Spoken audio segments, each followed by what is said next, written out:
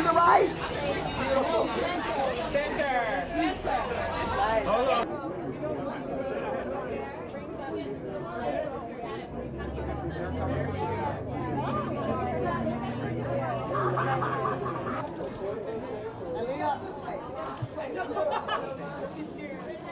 Yes. And one more this way like that.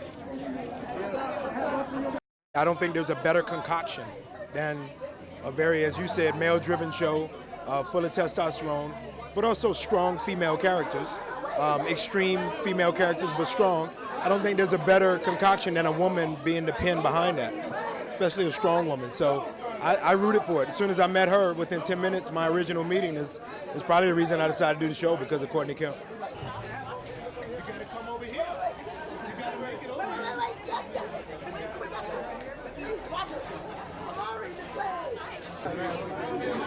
Kind of developed from communications between me and Courtney, the show itself.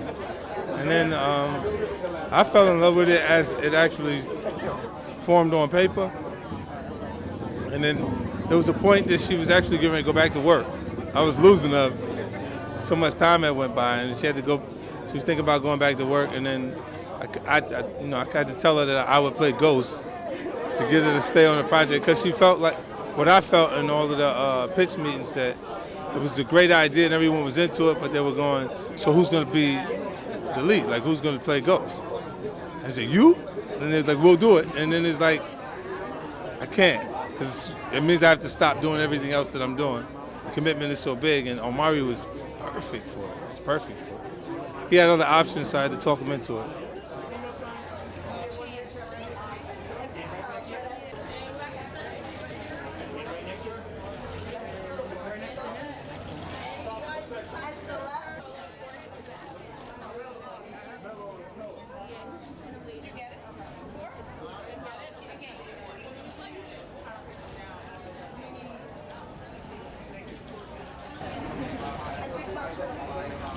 And over the shoulder.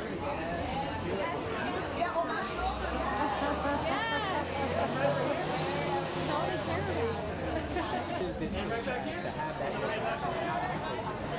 about. I think it's a tough balance, actually, for all of us. Because, you know, I think as a woman, you're not going to stereotype other women, and I think we, as a gender, tend to look at things from a multiplicity of perspectives. And so I think Courtney is always fighting for the stories, the arguments, the sense of justice, the characters to be multifaceted.